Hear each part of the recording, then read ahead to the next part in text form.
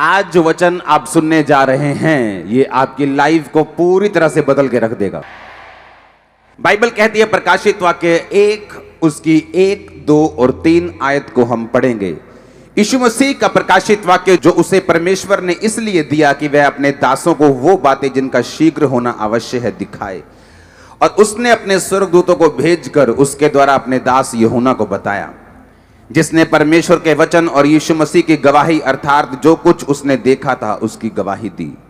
धन्य है वो जो इस भविष्यवाणी के वचन को पढ़ता है और जो सुनता है और जो इसमें लिखी हुई बातों को मानता है, क्योंकि समय निकट है। प्रकाशित वाक्य एक ऐसी पुस्तक है बाइबल की। अपने हाथों को उठाओ, खुदावंद अपने आप को हम तेरे हाथों में सौंपते हैं। आज तेरा रूह खुदावंद बात करे, आज तेरा रूह मुझसे बात करे खुदावंद, इन लोगों के हृदय को छिदे, ये बदल जाए खुदावंद, तुझ में चलें और भागें और दौड़ें और सेम न रहें, इन जीसस नेम। आज बाइबल कहती जो कोई भी इस वचन को सुनेगा वो ब्लेस होगा। सिर्फ सुनने से ही वो जो पढ़ेगा यानी मैं, वो ब्लेस होगा, यानी आप जो ब्लेस होंगे। आप ऑलरेडी ब्लेस हैं इस प्रेजेंस में आके यीशु मसीह के नाम में। प्रकाशित वाक्य बाइबल की एक लौती ऐसी पुस्तक है जिसने ये लिखा है कि अगर तुम सिर्फ इसे सुन ही लोगे या सिर्फ इसे पढ़ ही लोगे तो भी तुम ब्लेस हो जाओगे, तो भी तुम आशीषित हो जाओगे। आमीन। जब आप इस पुस्तक को पढ़ रहे हैं, मैं इसको पढ़ रहा हूं, आप इसे सुन रहे हैं, मैं भी इसे सुन रहा हूं, हम आज आशीषित हो चुके हैं यीशु मसीह के सामर्थी नाम में। आज जो पुस्तक, आज जो वचन प्रकाशित वाक्य के बीच से मैं आपको पढ़ने के लिए जा रहा हूं, उसका रीजन मैं आपको बताना चाहता हूं। परमेश्वर ये चाहता है, आप वाइट कपड़ों में इसलिए हैं, कुछ लोगों ने डालियां पकड़ी हुई हैं, जो वचन मैंने पढ़ा था पिछले मीटिंग को, कि बहुत सी एक वाइट लोगों की, वाइट कपड़े डाले हुओं की भीड़ जो हाथ में खजूर की डालियां लिए हुए स्वर्ग में, जिनकी कोई गिनती नहीं। वाइट कपड़ों का मतलब वो लोग जो जीत चुके हैं। वाइट कपड़ों का मतलब वो लोग जो पवित्रताई में रहकर, पाप पर फतह पाकर, कलेश के ऊपर फतह पाकर, जो डरे नहीं, जो घबराए नहीं, किसी के डराने से डरे नहीं और परमेश्वर में खड़े रहे। बाइबल कहती है वो सब लोग स्वर्ग में जीत कर व्हाइट वस्त्र डालकर, यानी पवित्रताई के वस्त्र डालकर परमेश्वर के सामने खड़े होंगे। आज जब एक दूसरे को आप व्हाइट कपड़ों में, मुझे व्हाइट कपड़ों में आप देख रहे हैं, ये एक निशानी है कि ये तो थोड़ी सी भीड़ है, वहां तो करोड़ों की, ये लाखों की हो सकती, वहां करोड़ों की भीड़ होगी जो व्हाइट कपड़ों को डालकर, बाइबल कहती है हर जाति में से, हर कुल में से, हर भाषा में से एक भी जाति ऐसी नहीं होगी धरती की, एक भी भाषा ऐसी नहीं होगी धरती की जो उस भीड़ में मौजूद नहीं होगी। कि परमेश्वर जो है वो क्या चाहता है, आपने अपनी स्पिरिट को, अपनी सोल को, अपनी आत्मा को इस संसार के चक्करों से, पापों से क्यों बचाकर रखना है। बाइबल कहती है अब्राहम जो इस धरती का सबसे आशीषित इंसान था, बाइबल कहती है राजा भी उससे डरते थे, सरकारें भी उससे भय खाती थी, उसकी ब्लेसिंग सरकारों से भी ज्यादा थी। बाइबल कहती है वो राजा जो बड़े बड़े राजाओं को मारकर लूत को भी ले गए, उन बड़े बड़े राजाओं को अकेले अब्राहम और उसके लोगों ने मार दिया था। अब्राहम इतना आशीषित, धरती पर भी आशीषित, स्वर्ग पर भी आशीषित था। बाइबल कहती परमेश्वर ने उससे वायदा किया था कि मैं तुझे एक संतान दूंगा, तुझे एक वंश दूंगा। 75 साल की उम्र में उससे वायदा किया था, और अब्राहम जब 99 साल का हो गया, 99 का हो गया, तब भी उसके पास बेटा नहीं था। लेकिन वचन बताता है कि वो एक ऐसे स्वर्गीय यरूशलेम की बाट जोहता था, वो ऐसे नगर की बाट जोहता था जिसका बनाने वाला और रचने वाला परमेश्वर है। यानी उसका ध्यान जो था वो स्वर्गीय हो गया था। उसका ध्यान ये हो गया था कि मान लो अगर मुझे बच्चा अभी ना मिले और मैं यहोवा से हट जाऊं और अपनी मुक्ति को गवा बैठूं, तो मैं स्वर्ग नहीं जा सकता। मैं स्वर्ग जाना चाहता हूं, चाहे मुझे संसार की आशीष मिले या ना मिले, चाहे खुदा का वायदा पूरा हो या ना हो, वो चंगा करे या ना करे, ब्लेस करे ना करे, लेकिन मैं अपनी साल्वेशन, अपनी मुक्ति को नहीं गवाऊंगा। और बाइबल कहती जब ये बात परमेश्वर ने अब्राहम के अंदर देखी कि अब्राहम किसी भी कीमत के ऊपर अपनी मुक्ति को खत्म नहीं करना चाहता, किसी भी कीमत के ऊपर यहोवा को त्यागना नहीं चाहता, कोई भी आशीष मिले या ना मिले वो परमेश्वर से दूर नहीं हटना चाहता, इसलिए बाइबल कहती है परमेश्वर ने उसको वंश भी दिया। और बाइबल कहती है तारों के समान उसको बच्चे दिए, रेत के किणकों के समान उसको बच्चे दिए, उसको वो सब कुछ दिया। फिर वो चाहता था, बाइबल कहती है जो अपना सब कुछ त्याग कर परमेश्वर के पीछे हो गए हैं, धरती पर एक भी वस्तु ऐसी नहीं होगी जो परमेश्वर आपको नहीं देगा, एक भी ब्लेसिंग ऐसी नहीं होगी जो परमेश्वर आपको नहीं देगा। लेकिन बात यह है, हमारा ध्यान ब्लेसिंग की ओर नहीं होना चाहिए। हमारा ध्यान जो है वो स्वर्गीय यरूशलेम की ओर, वो स्वर्ग की ओर, वो मुक्ति की ओर होना चाहिए, ताकि परमेश्वर वो सारे कामों को हमारी जिंदगी में पूरा कर सके जो परमेश्वर चाहता है। आमीन। परमेश्वर ने ये रूल बनाया है, ये एक नियम है कि जब एक इंसान धरती के ऊपर पूरी तरह से आत्मिक हो जाएगा, संसार की हर एक वस्तु, हर एक आशीष वो राजाओं के पास हो ना हो, वो तुम लोगों के पास और तुम्हारे परिवारों के पास होगी। आमीन। ऊंचा ये ब्लेसिंग तुम्हारी ये चर्च। Hallelujah, hallelujah.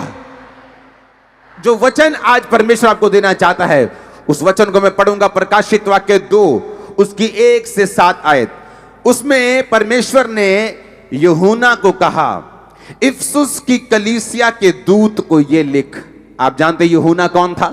यूहन्ना सबसे लेट, सबसे बाद में मरने वाला प्रेरित था। वो इतना बूढ़ा हो गया था, उसको तेल में, कड़ाही में उबले हुए तेल में डाल देते थे, वो मरता नहीं था, वो मरता नहीं था। उसको कितनी बार मारा गया, वो मरा नहीं। और बाद में उसको जैसे काले पानी की सजा देते किसी को, एक टापू पर छोड़ दिया गया, पतमुस नामक टापू पर उसको छोड़ दिया गया। और बाइबल कहती है परमेश्वर से जो व्यक्ति प्यार करता है, जो शिकायत नहीं करता, जिसको मालूम है कि कलेश एक मसीही जीवन का हिस्सा है, हमारे नाम को बुरा कहना एक मसीही जीवन का हिस्सा है।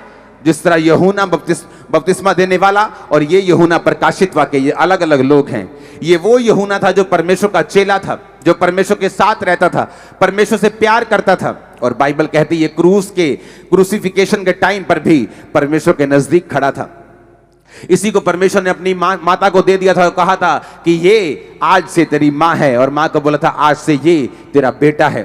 अब ये वही यूहन्ना, इमेजिन करो, एक साइलेंट टाइम में जी रहा था, जहां इसको टापू पर छोड़ दिया गया था, जहां इसको लगता कि मेरी जिंदगी के जो थोड़े से साल रहते हैं वो इसी तरह से खत्म हो जाएंगे। लेकिन बाइबल कहती है जब आप परमेश्वर के साथ वफादार रहते हैं, वो एक ऐसा झटका मारता है, वो एक ऐसा ब्रेक थ्रू देता है, वो एक ऐसी ब्लेसिंग देता है जो युगानुयुग छाई रहती है आप पर, आपके परिवार और वंशों के ऊपर। अब यहां पर क्या हुआ? यहां पर बाइबल कहती है यूहन्ना के ऊपर क्या हुआ? यूहन्ना को परमेश्वर ने एक दर्शन दिया, उसे अपना आप दिखाया, उसे प्रकाशित वाक्य दिया, और उसी यूहन्ना को कहा इफसुस की कलीसिया के दूत को ये लिख, जो 7 तारे अपने दाहिने हाथ में लिए हुए है और सोने की 7 दीवटों के बीच में फिरता है। वह ये कहता है कि मैं तेरे काम, तेरे परिश्रम, तेरे धीरज को जानता हूं, ये भी कि तू बुरे लोगों को देख नहीं सकता, और जो अपने आप को प्रेरित कहते हैं और है नहीं, उन्हें तूने परख कर झूठा पाया है। ऐसे लोग जिनको प्रेरिताई से कोई मतलब नहीं, जिनको मेहनत करने से कोई मतलब नहीं, जो देखते हैं अच्छा उसकी कलीसिया ज्यादा है, पता नहीं प्रेरित नाम लगाकर हो गई होगी, मुझे भी यही नाम रखना है, लेकिन उनके अंदर ऐसा कुछ भी नहीं। उसने कहा तू धीरज धरता है और मेरे नाम के लिए दुख उठाते थका नहीं, परंतु मुझे तेरे विरुद्ध ये कहना है कि तूने अपना पहला सा प्रेम छोड़ दिया है। इसलिए स्मरण कर तू कहां से गिरा है, मन फिरा और पहले के समान काम कर। यदि तू मन ना फिराएगा तो मैं तेरे पास आकर तेरी दीवट को जो उसके स्थान पर से हटा दूंगा। हाँ, तुझ में ये बात तो है कि तू निकीलियों के काम से घृणा करता है, जिससे मैं भी घृणा करता हूं। जिसके कान हो वो सुन ले, आत्मा कलीसियाओं से क्या कहता है। जो जय पाएगा मैं उसे जीवन के पेड़ में से जो परमेश्वर के स्वर्गलोक में है फल खाने को दूंगा। पूरी कलीसिया ऊंची आवाज में तारीफ करते हुए आमीन बोले ऊंची आवाज में। ये परमेश्वर ने किसको कहा है? दूत को। अगर आप दूत को यूनानी भाषा में पढ़े तो दूत का मतलब है एग्लोस, यानी एक मैसेंजर, एक पास्टर को भी एक दूत कहा गया है कलीसिया में। ये पत्री पास्टर्स के लिए है, ये पत्री उन लोगों के लिए है जो सेवा में हैं, ये पत्री उन लोगों के लिए है जो परमेश्वर के नाम के लिए खड़े हैं या खड़े होना चाहते हैं। अब आपने ध्यान से इसको सुनना है। उसने क्या कहा, मैं तेरे काम को, परिश्रम को जानता हूं, परंतु मुझे तेरे विरुद्ध अब यह कहना है कि तूने अपना पहला सा प्रेम छोड़ दिया है।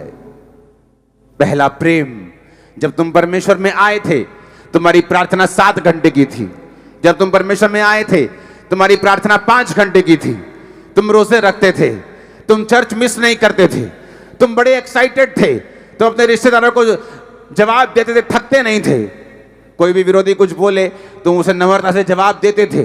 तुम बताते थे कि यीशु मसीह ही परमेश्वर है, यीशु ही प्रभु है। तुम अपनी गवाहियों को देते थे, तुम डरते नहीं थे, तुम घबराते नहीं थे। लेकिन परमेश्वर ने तुम्हें एक ताना मारा।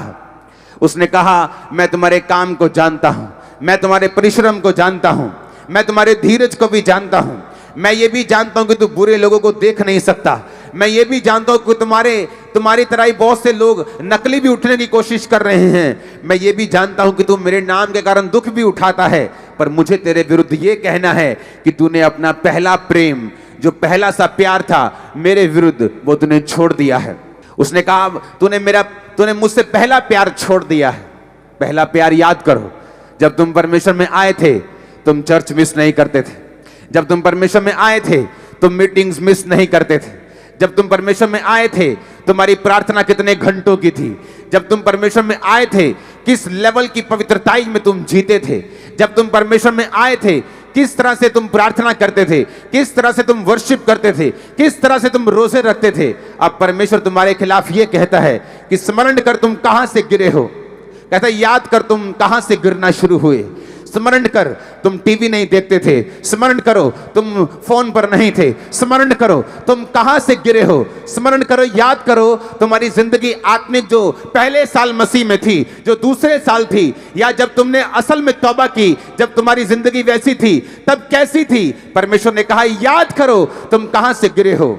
शैतान ये चाहता है अंत के दिनों में कि तुम्हारी दीवट, यानी तुम्हें दी हुई रोशनी, तुम्हें दी हुई ब्लेसिंग, तुम्हें दिया हुआ रुतबा, तुम्हें दी हुई कुर्सी, तुम्हारी दी हुई ब्लेसिंग, परमेश्वर की दी हुई ग्रेस, परमेश्वर की दी हुई ताकत, उसका दिया हुआ अनुग्रह जो तुम्हारे सिर के ऊपर है, परमेश्वर कहता है, शैतान चाहता है कि ये हट जाए। इसलिए वो चाहता है कि तुम पाप करो, इसलिए वो चाहता है तुम पहला सा प्रेम छोड़ दो। परमेश्वर ने कहा, ध्यान करो, मन फिराओ, देखो तुम कहां से गिरे हो, कहीं ऐसा ना हो मैं तुम्हारी दीवट को उस स्थान से हटा दूं। परमेश्वर ने कहा, जो जय पाएगा मैं उसे स्वर्ग में उस जीवन के वृक्ष में से फल खाने को दूंगा जो स्वर्ग लोक में है। जो जय पाएगा मैं उसे श्वेत पत्थर दूंगा। जो जय पाएगा मैं उसे खंबा बनाऊंगा परमेश्वर के भवन का। जो जय पाएगा मैं उसे व्हाइट वस्त्र पहनाऊंगा। जो जय पाएगा वो स्वर्ग में रहेगा। जो जय पाएगा, परमेश्वर ने कहा, आप लोग आज से जय पाने वाले हैं। और मुझे आमीन ऊंचे वाला चाहिए चर्च। मैंने कहा, मुझे आमीन ऊंचे वाला चाहिए। अब आप कहेंगे कि मैं क्या करूं, इसलिए मैंने आपको प्रभु भोज अभी नहीं दिया। आप प्रभु भोज को बाइबल में समेट के बैठे हैं। ओके, हम लेंगे उसे, लेकिन आज समझ के उसे लेंगे। आज हम पहला प्यार परमेश्वर के साथ स्थापित करके उसे लेंगे। जो पहला प्यार खुदाबंद के साथ हमने किया था, आज सब लोग तौबा करके उस पहले प्यार में जाकर लेंगे यीशु मसीह के सामर्थी नाम। आमीन। मेरे को आज एक्स्ट्रा ऑर्डिनरी वाला चाहिए। हालेलुया। आप कहेंगे, मुझे वो प्रेम पहले जैसा कैसे मैं करूं, मुझे वो प्रेजेंस फील नहीं होती पहले वाली। हाँ, आपका ये सवाल होगा, मुझे वो पहले वाला विश्वास कभी कभी फील नहीं होता जो मुझे पहले था, फिर मैं ये पहला प्रेम कैसे कर सकता हूं। मुझे वो पहले वाले चमत्कार फील नहीं हो रहे अपनी लाइफ में जो खुदा ने पहले साल मेरी जिंदगी में किए थे, फिर मैं उस पहले प्रेम को कैसे दोबारा लेके आ सकता हूं। तो मैं आपको खुशखबरी देना चाहता हूं, ये पहला प्रेम, परमेश्वर इस पहले प्रेम को किसी मन में जगाने के लिए आपको नहीं कह रहा, या ये पहला प्रेम किसी दिमाग का या किसी दिल का प्रेम नहीं है। ये पहला प्रेम परमेश्वर जो आपसे कह रहा है, ये कर्मों का प्रेम है, ना कि दिल का प्रेम। अगर वही प्रार्थना जो पहले करते थे अब करने लग जाएंगे तो पहले प्रेम में आ जाएंगे। वही रोजे जो पहले रखते थे अगर अब रखेंगे तो पहले प्रेम में आ जाएंगे। वही पवित्रताएं जो पहले थी अगर अब रखेंगे पहले प्रेम में आ जाएंगे। आमीन ऊंचा चर्च। क्योंकि ये दिमाग की खेल नहीं।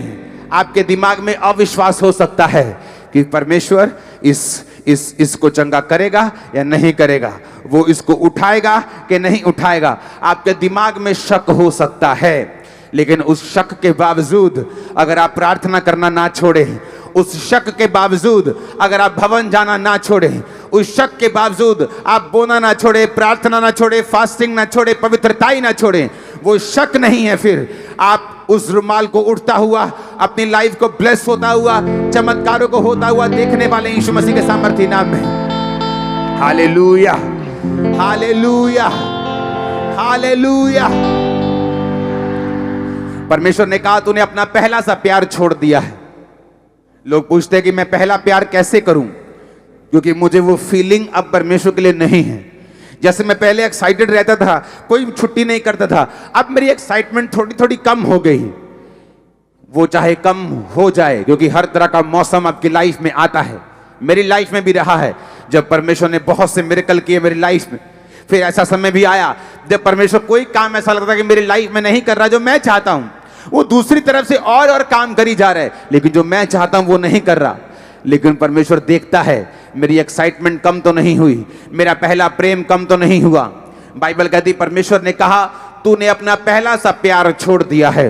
आज उस प्रभु भोज को लेने से पहले एक वायदा करना होगा, हमें अपने पहले प्यार में वापस जाना होगा, ताकि परमेश्वर उस बड़ी ग्रेटनेस को जो उसने आपको तब दिखाई थी जब आप पहला प्यार कर रहे थे, वो दोबारा से कुछ ऐसा आपकी लाइफ में करना चाहता है जो इस आपकी लाइफ का सबसे बड़ा मोड़ होगा। मैं आपको ये प्रोफेटिक वर्ड दे रहा हूं। अगर आपको लगता है कि आप माउंटेन के हाईएस्ट लेवल पे पहुंच गए हैं, तो याद रखो उससे भी बड़ा पहाड़ है जहां परमेश्वर आपको लेके जाना चाहता है। अगर आप चाहते हैं आपने ब्लेसिंग को हासिल कर लिया है, तो परमेश्वर आपको देशों के बीच में, आपको प्राइम मिनिस्टर, आपको प्रेसिडेंट्स के बीच में लेके जाना चाहता है। अभी तो शुरुआत हुई है, अभी तो आपने कुछ नहीं देखा, लेकिन परमेश्वर कहता तूने अपना पहला सा प्यार छोड़ दिया है। वो पहला प्यार, एक्साइटमेंट जब कम हो जाए दिल में, जब दिल करे ये नहीं करना, अब चर्च जाने का जब दिल ना करे, फास्टिंग करने का दिल ना करे, जब बोने का दिल ना करे, दिल ना करने के बावजूद परमेश्वर कहते हैं अपने पहले प्यार को तू छोड़ना मत। थिस्सलुनीकियों 4 उसकी 3 से 5 आयत को हम पढ़ेंगे, और उसके बाद पहला कुरिन्थियों 6 उसकी 18 से 20 उसको बाद में पढ़ेंगे।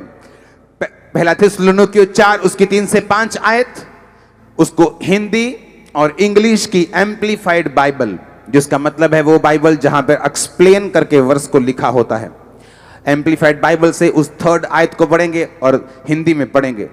उसमें लिखा क्योंकि परमेश्वर की इच्छा यह है कि तुम पवित्र बनो, अर्थात व्यभिचार से बचे रहो। इंग्लिश में लिखा for this is the will of God that you should be consecrated, separated and set apart for pure and holy living, that you should abstain and shrink from all sexual vice। परमेश्वर ने कहा कि ये खुदाबंद की इच्छा है कि तुम consecrated, जिस तरह से पुराने नियम में याजकों को उनको अभिषेक कर दिया जाता था और फिर वो याजक अलग ताई की जिंदगी जीते थे। महायाजकों को जब अभिषेक किया जाता था तो उनको ये अधिकार नहीं था कि वो चाहे उनका कितना भी करीबी मर जाए उसकी लोथ को छुएं, या वहां पर अपने कपड़ों को उखाड़ें या फाड़ें या अपने बालों को बिखार कर रोएं।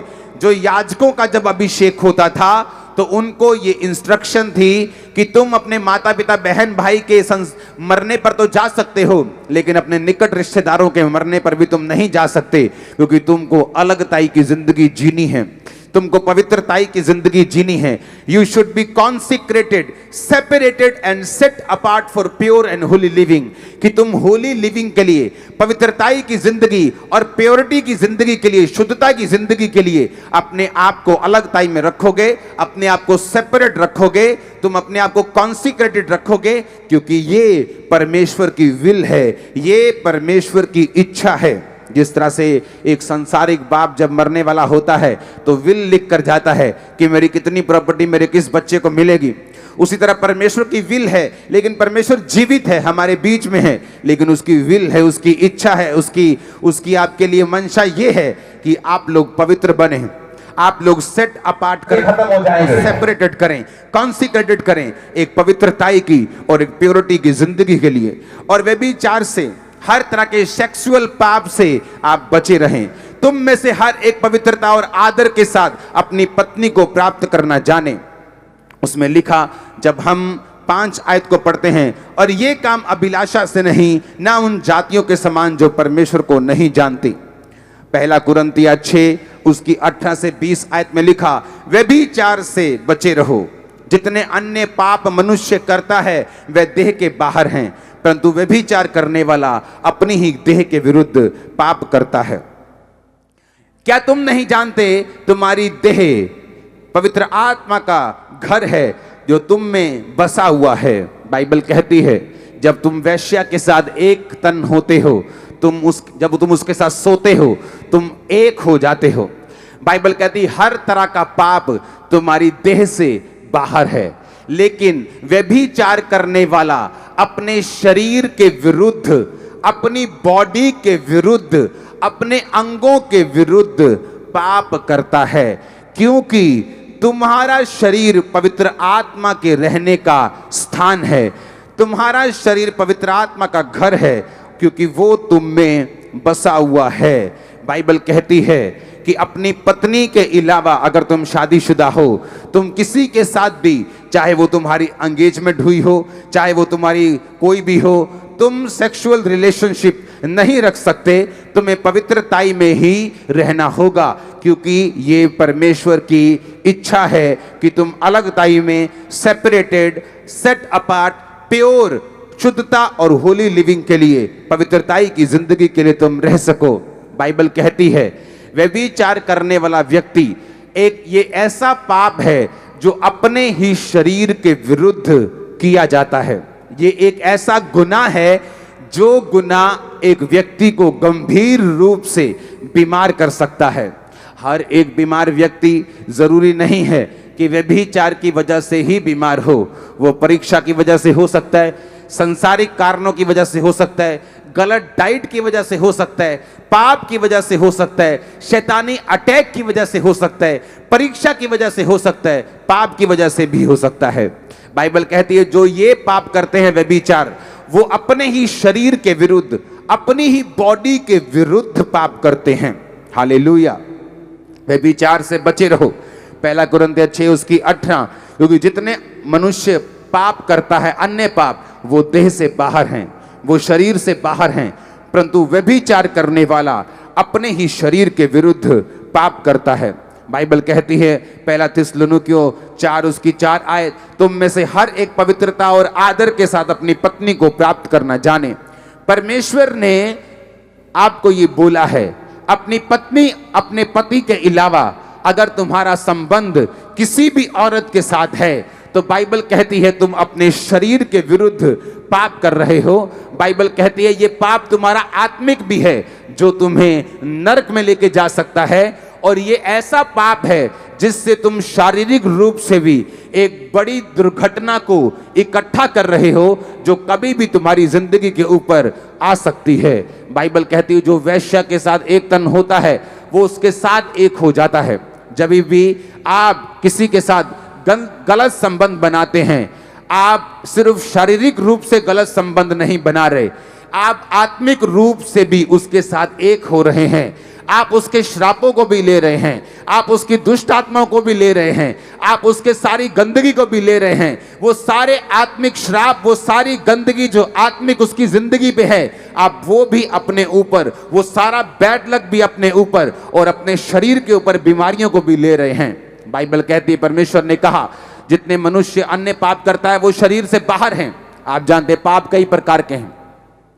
ऐसे बहुत से पाप हैं जो आपको नरक में नहीं लेके जाते। बाइबल कहती है बहुत से ऐसे पाप हैं जिनका फल मृत्यु नहीं। कुछ पाप ऐसे हैं जो आपको नरक तो नहीं लेके जाते, लेकिन उनका असर आपकी जिंदगी पे रहता है। पर कुछ पाप ऐसे हैं जो आपको मौत की ओर लेके जाते हैं, जो आपको आत्मिक मृत्यु की ओर लेके जाते हैं। जब एक व्यक्ति आत्मिक रूप से मर जाता है, वो शारीरिक रूप में कभी भी शैतान के बड़े अटैक को कभी भी अपनी जिंदगी पे देख सकता है। कभी भी शैतान उसकी लाइफ पे, उसके फाइनेंस पे अटैक कर सकता है। ऐसे बहुत से लोग हैं जिनकी लाइफ में परमेश्वर ने उसको अच्छे बिजनेस के साथ ब्लेस किया, अच्छी सेवकाइयों के साथ ब्लेस किया। ऐसे लोगों को मैं पर्सनली जानता हूं, एक अच्छी सेवकाइयों के साथ खुदावंद ने उनको ब्लेस किया, लेकिन पाप में गिर गए, व्यभिचार में गिर गए, परमेश्वर से तौबा नहीं की, अपने पहले प्रेम को वापस नहीं लेके आए। परमेश्वर ने कलीसिया को तितर बितर कर दिया, सब कुछ उजाड़ दिया, सब कुछ खराब कर दिया, परिवारों को खत्म कर दिया, सिर्फ इस पाप के कारण। बाइबल कहती है जो कोई व्यक्ति इस पाप से बचा रहेगा और मूर्ति पूजा से बचा रहेगा, वो एक बड़े गंभीर पापों से बचा रहेगा और वो अपनी साल्वेशन के अंदर भी बना रहेगा और परमेश्वर की ब्लेसिंग के अंदर भी बना रहेगा। बाइबल कहती है जब पौलुस बहुत से प्रेरितों के पास जब वो गया मिलने के लिए, तो उनको ये बताया गया, उनके साथ डिस्कशन हुई कि तुम मूर्ति पूजा से बचे रहो, गले घोटे हुओं के मांस से, यानी उस बलिदानों से जो शैतान के लिए दिया जाता है, उससे भी बचे रहो, और तुम मूर्ति पूजा से बचे रहो, और तुम व्यभिचार से बचे रहो। ये सारा कुछ बाइबल कहती है परमेश्वर के दासों ने पौलुस को बताया, और पौलुस भी यही बातें सेम कर रहा था। आपको ये बात ध्यान रखनी है, परमेश्वर ने कुछ बड़ा देने के लिए आपको अपने पास बुलाया है, और शैतान यह बात जानता है, इसलिए वो कलीसिया को ऐसे गंभीर पापों में फंसा के रखता है ताकि जो दीवट, ताकि जो बुलाहट, जो ब्लेसिंग, जो ग्लोरी, जो महिमा परमेश्वर ने आपको देनी है, वो परमेश्वर आपको कभी ना दे सके, वो आपके स्थान से हटा दी जाए। शैतान उन चीजों को छीन ले, उन आशीषों को, उन आत्मिक बरकतों को, आत्मिक अथॉरिटी को, वो आत्मिक पोजीशन को छीन ले जो परमेश्वर ने आपको देनी है। याद रखो, अगर आपकी आत्मिक पोजीशन हिल गई तो आप कभी भी परमेश्वर से उन बरकतों को नहीं पा सकते।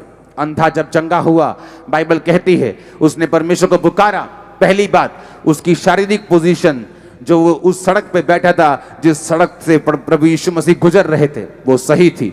उसकी आत्मिक पोजीशन कि उसने यीशु मसीह को पुकारना छोड़ा नहीं, अपने उस कपड़े को जो एक सर्टिफिकेट भिखारी होने का था उसको फेंक कर कि अब मैं भीख नहीं मांगूंगा, खुदाबंद का बेटा बन गया हूं, उसके पीछे चलूंगा।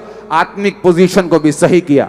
जब तक आपकी शारीरिक पोजीशन सही नहीं, आप किसी अच्छी चर्च के मेंबर नहीं, आप किसी जीवित चर्च के मेंबर नहीं, जहां खुदावंद के कलाम को आपको सुनाया जाए, जहां परमेश्वर की शिक्षा हो, जहां साल्वेशन का प्रचार हो, जहां मुक्ति का प्रचार हो, जहां पाप के विरुद्ध में बोला जाए, जहां हीलिंग्स हो, मिरेकल्स हो, अगर आप ऐसी जीवित चर्च का हिस्सा नहीं, आप बहुत डेंजर में हैं। आपकी शारीरिक पोजीशन फिर सही नहीं है। जब तक आपकी शारीरिक पोजीशन सही नहीं, आपकी आत्मिक पोजीशन भी सही नहीं होती, क्योंकि बाइबल कहती है एक कोयले की उस भट्टी में से जब एक जीवित कोयला, एक आग से बलता हुआ कोयला जब हम निकाल कर बाहर रख देते हैं, तो वो थोड़ी देर तो जलता रहता है, पर थोड़ी देर के बाद वो जलना बंद कर देता है। लेकिन बाकी कोयले जो इकट्ठे रहते हैं वो जलते रहते हैं। शैतान मूर्ख बनाता है लोगों को।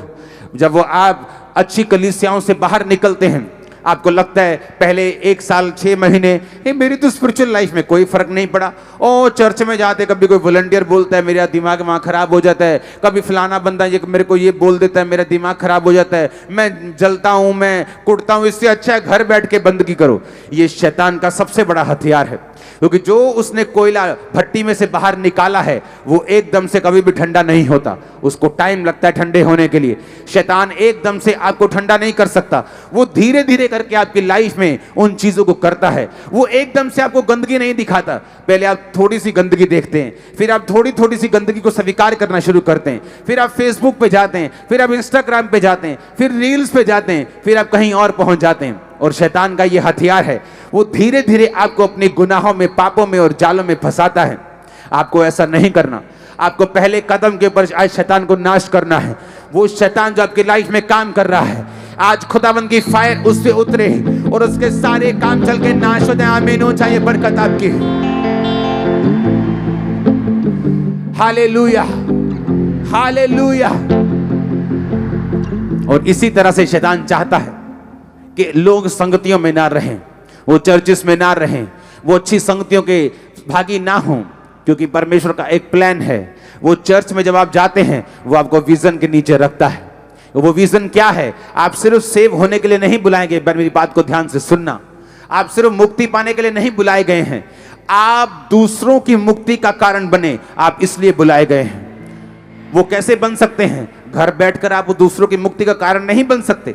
आप जब चर्च में आते हैं आप प्रार्थना करते हैं। आप जब चर्च में आते हैं आप बोते हैं, आपका बोने से रूहें बचती हैं। आप जब चर्च में आते हैं आप प्रार्थना करते हैं। आप जब चर्च में आते हैं आप अपने अगुए के लिए प्रार्थना करते हैं। आप विजन को लेते हैं, आपको बुक्स मिलती हैं, आपको पम्फलेट्स मिलते हैं, आप लोगों को बताते हैं, आप वचन से जुड़े रहते हैं, भवन से जुड़े रहते हैं। ये सब चीजें परमेश्वर यूज करता है आपको ब्लेस करने के लिए। बाइबल कहती है, पौलुस कहता है कलीसिया को, तुम्हारी हर घटी को महिमा सहित परमेश्वर पूरी करेगा। हर घटी को पूरा करेगा वो महिमा सहित मसीह यीशु में। वो कलीसिया थी जिसने पौलुस का प्रचार करने में साथ दिया था। ऐसा नहीं कि पौलुस को किसी चीज की कमी थी, पौलुस का अपना बिजनेस था। मेरा अपना एक बिजनेस है, मैं अपने बिजनेस से अपने पैसों को चलाकर, पैसों से लेकर अगर घूमने में जाता हूं तो मेरे पर्सनल पैसों के टिकटों से जाता हूं। मेरा एक काम है जो मैं करता हूं, चर्च के पैसों से मैं नहीं जाता हूं। मैं चर्च के पैसों में जाता हूं जब मुझे क्रूसेड करने के लिए जाना हो, लेकिन जब अपने काम के लिए जाता हूं मैं अपने पैसों से जाता हूं। अगर मैं बाहर खाना खाता हूं तो अपने पैसों से खाता हूं, क्योंकि ताकि कलीसिया से मुझे मांगना ना पड़े, ताकि जब मैं कलीसिया को बोने के लिए बोलूं तो कलीसिया ये ना समझे कि पास्टर अपनी जरूरतों के लिए कह रहा है। मेरे पास इतना है, मैं ब्लेस हूं और मैं दूसरों को ब्लेस कर सकता हूं, इतना मेरे पास है। क्योंकि मुझे मालूम है कि जो कुछ मेरे पास है मुझे साल्वेशन के लिए इस्तेमाल करना है, जो कुछ मेरे पास है मुझे मुक्ति के लिए इस्तेमाल करना है। जब हम झुंड में रहते हैं, जब हम बंदगी में रहते हैं, जब हम भवन में रहते हैं, खुदावंद की ब्लेसिंग, उसकी कृपा हम पे बनी रहती है। जब हम विजन में लगे रहते हैं, विजन में जुड़े रहते हैं, वो लोग सेल्फिश हैं जो किसी जीवित चर्च का हिस्सा नहीं, जो ये कहते हैं हम घर बैठकर बाइबल स्टडी कर लेंगे, घर बैठकर बंदगी कर लेंगे। नो नो नो नो, अगर आप बंदगी करने के लिए नहीं बुलाए गए हैं और आप घर बैठे बंदगी कर रहे हैं, आपको मालूम है ये गलत है। हर बंदा पास्टर होने के लिए नहीं बुलाया गया, हर बंदा इवेंजलिस्ट होने के लिए नहीं बुलाया गया। हर एक बंदे का अलग अलग रोल है, हर बंदा अलग सेवकाई करने के लिए भी नहीं बुलाया गया।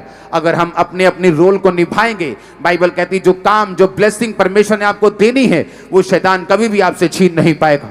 वो लोग जो आराम से मिनिस्ट्रीज में रह के ब्लेस होते हैं, उन्हीं ब्लेसिंग्स को लेने के लिए वो कितनी प्रार्थनाएं करते हैं जब अलग होते हैं, कितनी मेहनत करते हैं जब अलग होते हैं, और तब भी उस लेवल तक नहीं पहुंच पाते कितने कितने साल।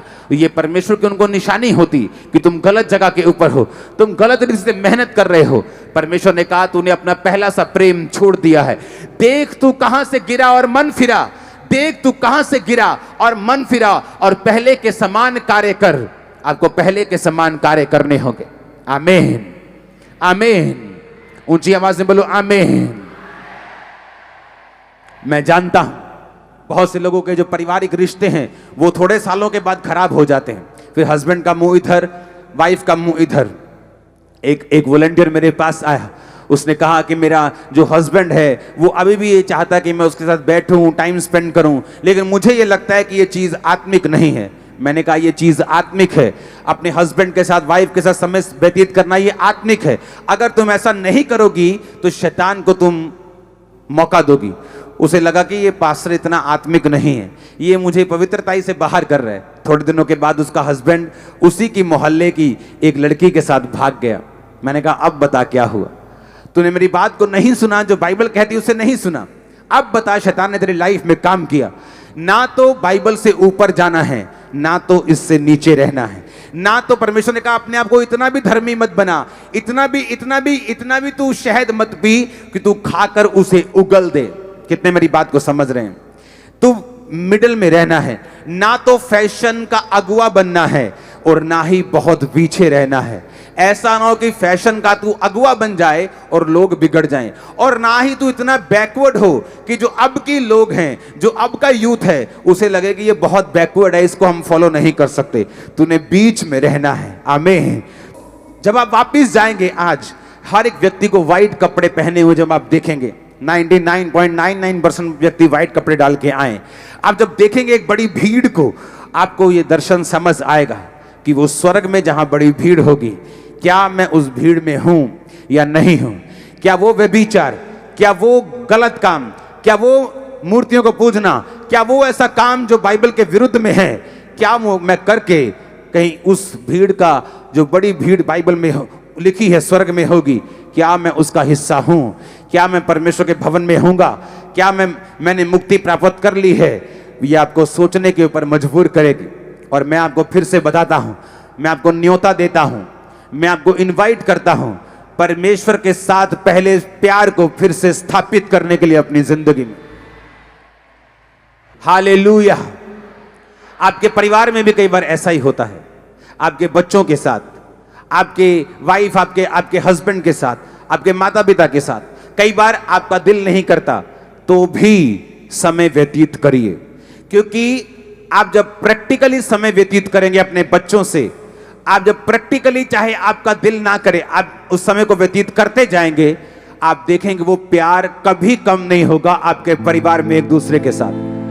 क्योंकि आपकी निगाह में जो प्यार है वो एक फीलिंग है कि पहले साल फीलिंग बड़ी अच्छी थी, दूसरे साल कम हो गई, अब वाइफ उधर, बेटा उधर, बेटी उधर, वो उधर, ऐसा नहीं है।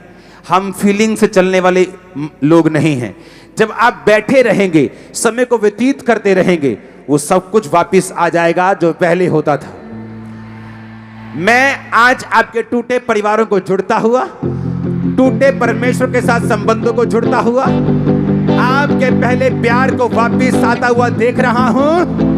आमीन हो जा। हालेलुया। परमेश्वर आपको ऐसा कोई काम नहीं कहेंगे जो आपकी सोच से परे हो। आप अपनी फीलिंग पे काबू नहीं कर सकते। आपका दिमाग इधर जा सकता है, उधर जा सकता है, लेकिन आप अपने कर्मों के ऊपर काबू कर सकते हैं। आप अपनी फीलिंग को तो वैसा शायद ना कर सकते कि जो फील मुझे पहले साल परमेश्वर में होता था वो नहीं हो रहा, आप शायद ऐसा ना कर पाए। लेकिन पहले साल जो आप 6 घंटे प्रार्थना करते थे, पहले साल जिस तरह की पवित्रताई को आप फॉलो करते थे, पहले साल जब आप संडे चर्च मिस नहीं करते थे, थर्सडे मिस नहीं करते थे, पहले साल जब आप उतनी फास्टिंग करते थे, आप उस चीज को वापिस ले आओ। फीलिंग पहले से वापिस आ जाएगी यीशु मसीह के नाम में। आप उस चीज को वापिस, आप कर्मों को वापिस लेके आओ जो कर्म थे आपके। आमीन। परमेश्वर आपको एक भी काम ऐसा नहीं कहता जो आप ना कर सकें, जो आपकी पहुंच से बाहर हो, जो आपकी पहुंच से जो आप कर ही नहीं सकते। परमेश्वर आपको ऐसा एक भी नहीं काम कहता। अगर वो ये कहता है अपना पहला प्रेम वापिस लेके आ, अपना फर्स्ट लव वापिस लेके आ, पहले के समान कार्य कर। अगर परमेश्वर कहता है कि तू स्मरण कर कहां से गिरा था और मन फिरा और पहले के समान काम कर, उसने ये नहीं कहा फील कर, उसने कहा पहले के समान काम कर। कि तू चर्च में रहता था, तू दरियों को साफ करता था, तू जल्दी भागता नहीं था, तू सेवा में था, तू कैमरा टीम में था, तू इस टीम में था, तू वो काम करता था। परमेश्वर ने कहा तू प्रैक्टिकली वही काम करना शुरू कर। मैं तेरी लाइफ में फिर एक बड़ा काम करने जा रहा हूं। ये प्रोफेटिक वर्ड सुन लेना ध्यान से, अपने हाथों को उठा के, कि वो जो काम पहले साल आपकी लाइफ में प्रथम काम हुआ था जब आपने पहला प्यार किया था, वो कार्य एक बड़ा, एक ऐसे लेवल का, एक अलग आपकी लाइफ में होने जा रहा है आज रात के बाद। आमीन। ऊंचे वाला चाहिए, ऊंचे वाला, एक खतरनाक ऊंचे वाला आमीन चाहिए। आमीन, आमीन, आमीन। जी आज तक की सबसे बेस्ट व्हाइट कपड़ों वाली मीटिंग है। हाँ, सबसे बेस्ट। आमीन।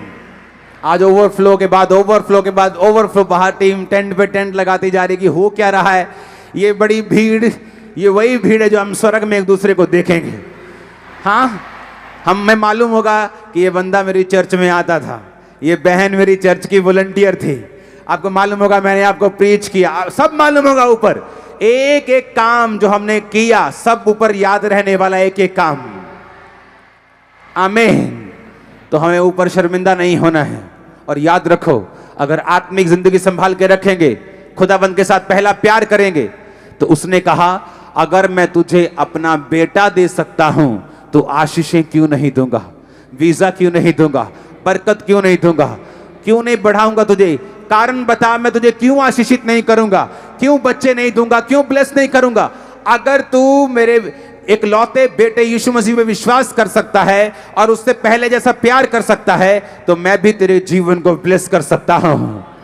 ओ आमीन, ऊंचे वाला चाहिए चर्च।